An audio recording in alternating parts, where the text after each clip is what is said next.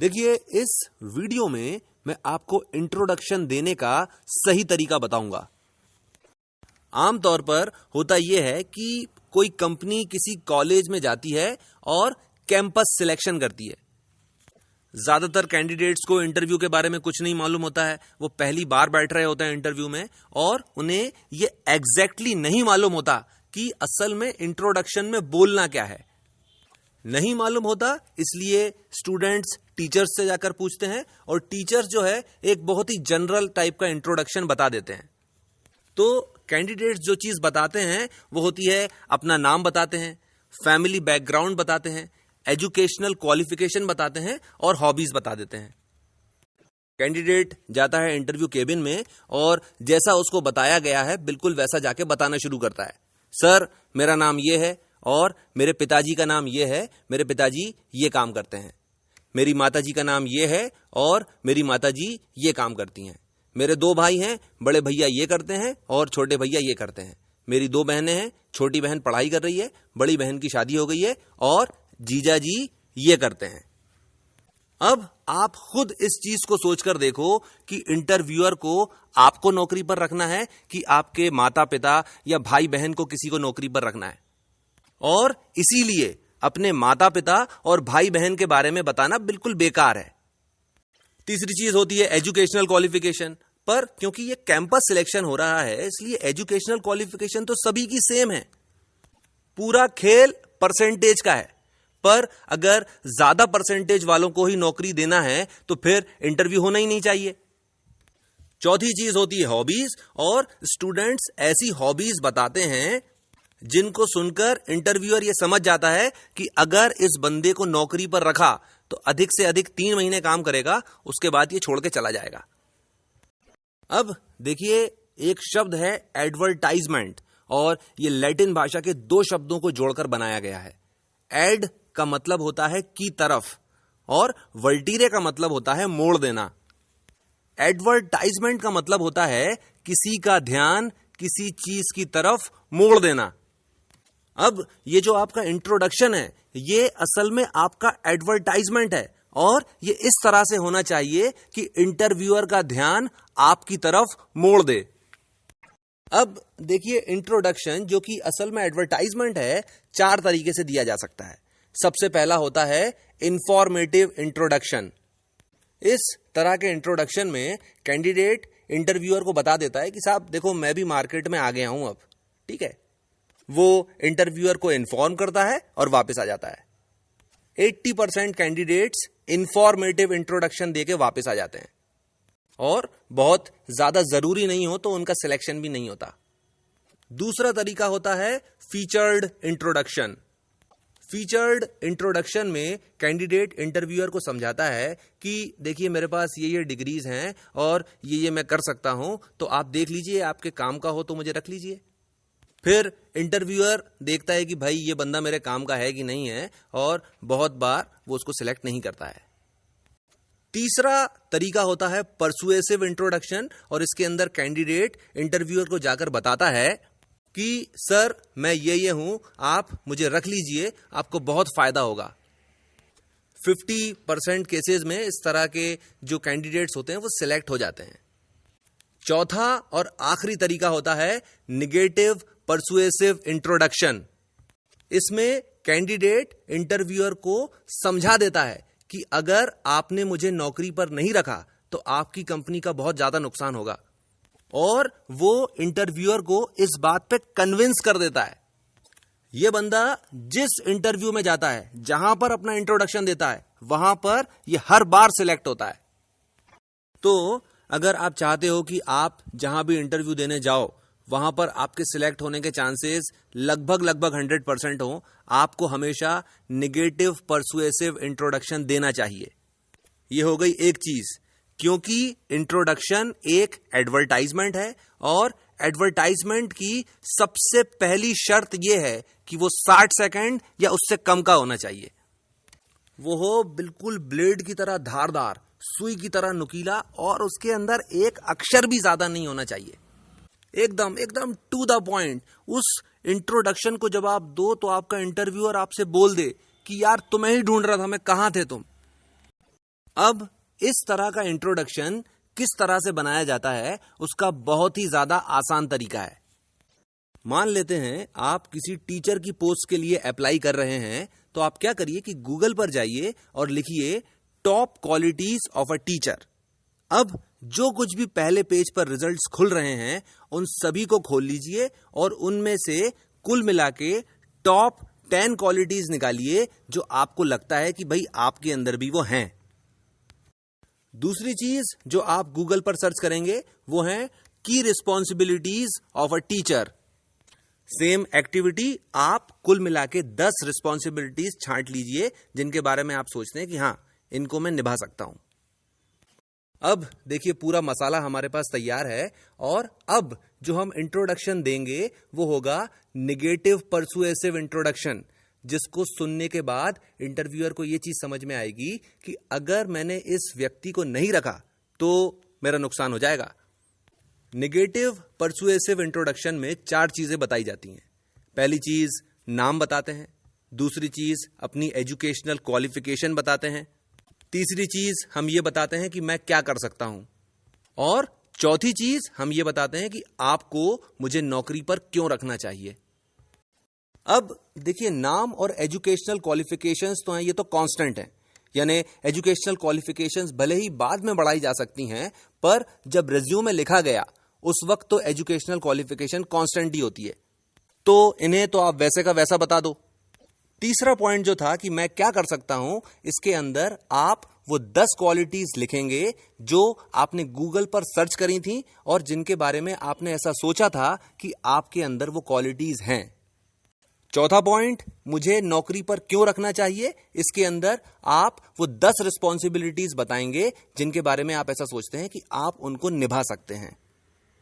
क्योंकि आपने रिसर्च करी हुई है, इसलिए आपके जवाब में ब्लेड की धार, सुई की नोक और टू द पॉइंट बात करने वाली अप्रोच साफ झलक जाएगी।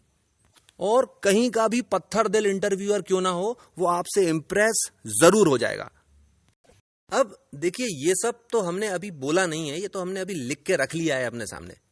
अब आप समझिए कि आप एक एक्टर हैं और आपको अपने कैरेक्टर में बिल्कुल उतर जाना चाहिए।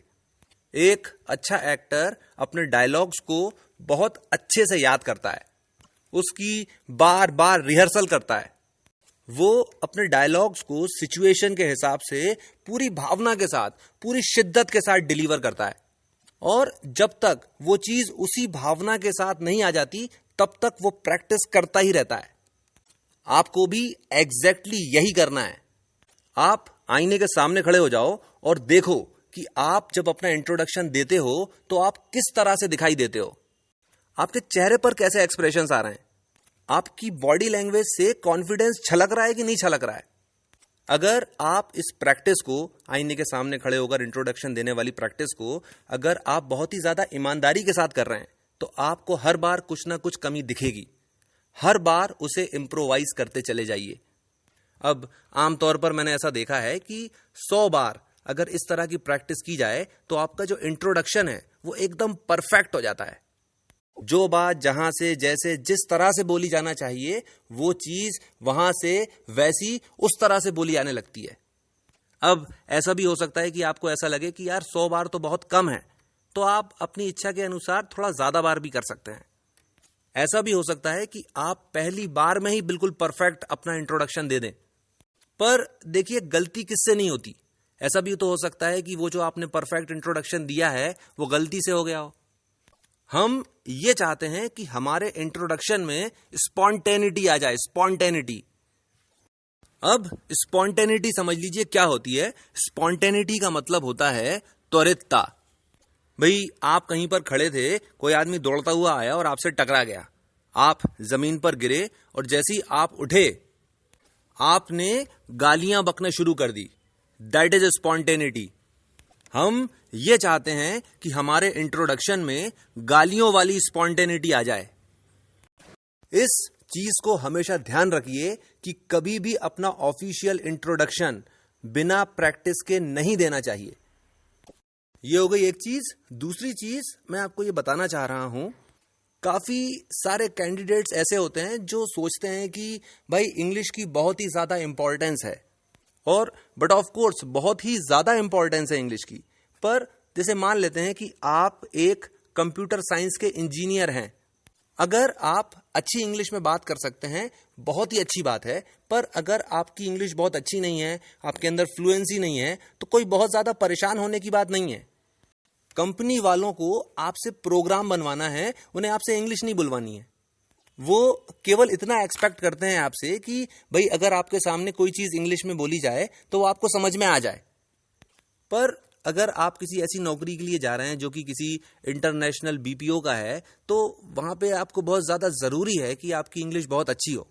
पर अगर आप टेक्निकल बैकग्राउंड के हो, आपकी इंग्लिश की वजह से आपकी कभी भी नौकरी लगेगी या छूटेगी नहीं। मेन चीज आपकी सब्जेक्ट नॉलेज है, इंग्लिश की नॉलेज नहीं। पर इसका मतलब यह भी नहीं है कि आप सिली मिस्टेक्स कर सकते हैं। मैं आमतौर पर ऐसा देखता हूं कि स्टूडेंट्स माई सेल्फ कह के अपना नाम बोलते हैं, माई सेल्फ पुनीत बिसारिया। ये गलत है। माई सेल्फ का मतलब होता है मी पर्सनली, ये इसका इंग्लिश अनुवाद है। माई सेल्फ का हिंदी अनुवाद होता है अपने आप, या कि फिर मैं स्वयं, या कि फिर मैं खुद। माई सेल्फ पुनीत बिसारिया यानी अपने आप पुनीत बिसारिया, मैं स्वयं पुनीत बिसारिया, मैं खुद पुनीत बिसारिया। ये तो हिंदी में ही गलत है और इसीलिए हमेशा स्टैंडर्ड तरीके का इस्तेमाल करना चाहिए। My name is Puneet Bisaria या कि फिर आई एम पुनीत बिसारिया। दूसरी गलती जो कि मैं बहुत ज्यादा देखता हूं वो है अकॉर्डिंग टू मी का प्रयोग। देखिए, जब हम बोलते हैं अकॉर्डिंग टू न्यूटन, इसका मतलब यह होता है कि ये मैं नहीं कह रहा हूं, ये न्यूटन के हिसाब से है। अकॉर्डिंग टू का सेंस ये है कि ये मेरे विचार नहीं है, ये किसी दूसरे के विचार हैं, और इसीलिए अकॉर्डिंग टू मी ग्रामेटिकली गलत है। तो जब इंटरव्यूअर आपसे पूछेगा कि आपकी स्ट्रेंथ्स बताइए, आपकी वीकनेसेस बताइए, आपकी हॉबीज बताइए, तो आपको अकॉर्डिंग टू मी नहीं बोलना चाहिए।